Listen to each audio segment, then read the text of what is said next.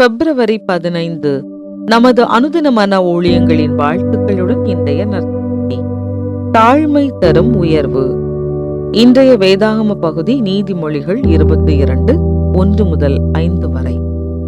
திரளான ஐஸ்வர்யத்தை பார்க்கிலும் நற்கீர்த்தியே தெரிந்து கொள்ளப்படத்தக்கது. பொன் வெள்ளியை பார்க்கிலும் தயையே நலம். ஐஸ்வர்யவானும் தரித்திரனும் ஒருவரையொருவர் சந்திக்கிறார்கள். அவர்கள் அனைவரையும் உண்டாக்கினவர் கர்த்தர். விவேகி ஆபத்தை கண்டு மறைந்து கொள்ளுகிறான். பேதைகள் நெடுக போய் தண்டிக்கப்படுகிறார்கள். தாழ்மைக்கும் கர்த்தருக்கு பயப்படுதலுக்கும் வரும் பலன் ஐஸ்வர்யமும் மகிமையும் ஜீவனுமாம். மாறுபாடுள்ளவனுடைய வழியிலே முள்ளுகளும் கண்ணிகளும் உண்டு. தன் ஆத்துமாவை காக்கிறவன் அவைகளுக்கு தூரமாய் விலகி போவான்.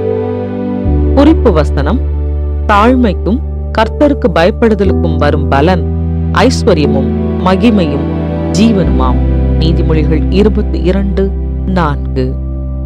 பல ஆசிரியர்களைப் போலவே கேரியும் தனது ஆசிரியர் பணிக்காக மாணவர்களுக்கு பாடம் நடத்துவதில், விடைத்தாள்களை தரவரிசைப்படுத்துவதில் மற்றும் மாலையில் மாணவர்கள் மற்றும் பெற்றோருடன் பேசுவதில் என பல மணி நேரங்களை செலவழிக்கிறார். இந்த முயற்சியின் பலனை தக்க வைக்க தன்னுடன் பணியாற்றும் பிற ஆசிரிய நண்பர்களின் தோழமை மற்றும் நடைமுறை உதவியை சார்ந்து கொள்ளுகிறார். இந்த ஒத்துழைப்பினால் சவால் மிக்க அவருடைய பணி எளிதாக்கப்பட்டுள்ளது. கல்வியாளர்களின் சமீபத்திய ஆய்வில் நாம் தாழ்மையுடன் பணிபுரியும் போது ஒத்துழைப்பின் பலன் பெரிதாகிறது என்பதை கண்டறிந்துள்ளது. சக பணியாளர்கள் தங்கள் பலவீனங்களை ஒப்புக்கொள்ள தயாராக இருக்கும் போது மற்றவர்கள் தங்கள் அறிவை பகிர்ந்து கொள்வதில் பாதுகாப்பாக உணர்கிறார்கள். இது குழுவில் உள்ள அனைவருக்கும் திறம்பட உதவுகிறது. வேதாகமம் குழுவாக ஒத்துழைத்து பணியாற்றுவதை விட தாழ்மையின் அவசியத்தை அதிகம் போதிக்கிறது.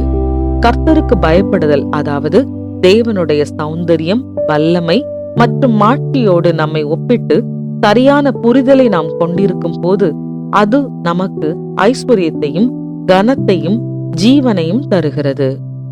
தாழ்மை நம்மை உலகத்தின் பார்வையில் மட்டுமல்ல, தேவனின் பார்வையிலும் பயனுள்ளவர்களாய் சமூகத்தில் வாழ வழி நடத்துகிறது. ஏனென்றால் நாம் சக மனிதர் அனைவருக்கும் பயனளிக்கும் வாழ்வை வாழ விரும்புகிறோம். ஐஸ்வர்யத்தையும் கனத்தையும் ஜீவனையும் நமக்கென்றே பெறுவதற்காக மட்டும் நாம் தேவனுக்கு பயப்படுவதில்லை. அப்படி இருந்தால் அது உண்மையான தாழ்மையாக இருக்க முடியாது. மாறாக தம்மை தாமே வெறுமையாக்கி அடிமையின் ரூபம் எடுத்து மனுஷர் சாயலான ஆண்டவராகிய இயேசுவை பின்பற்றுகிறோம். எனவே அவருடைய பணியை செய்வதற்கும் அவருக்கு கனத்தை கொடுப்பதற்கும் நம்மை சுற்றியுள்ளோருக்கு வாழ்வளிக்கும் நற்செய்தியை எடுத்துச் செல்வதற்கும் தாழ்மையுடன் ஒத்துழைக்கும் ஒரே சரீரத்தின் அவயவமாக நாம் மாறலாம். உங்கள் பார்வையில் தாழ்மை என்றால் என்ன? ஒருவரின் தாழ்மை மற்றவர்களுக்கு பயனளிக்கும் என்பதை நீங்கள் எவ்வாறு கண்டுள்ளீர்கள்? அன்பான இயேசுவே, என் பெருமையை உமக்கு அர்ப்பணிக்கிறேன். ஆமென்.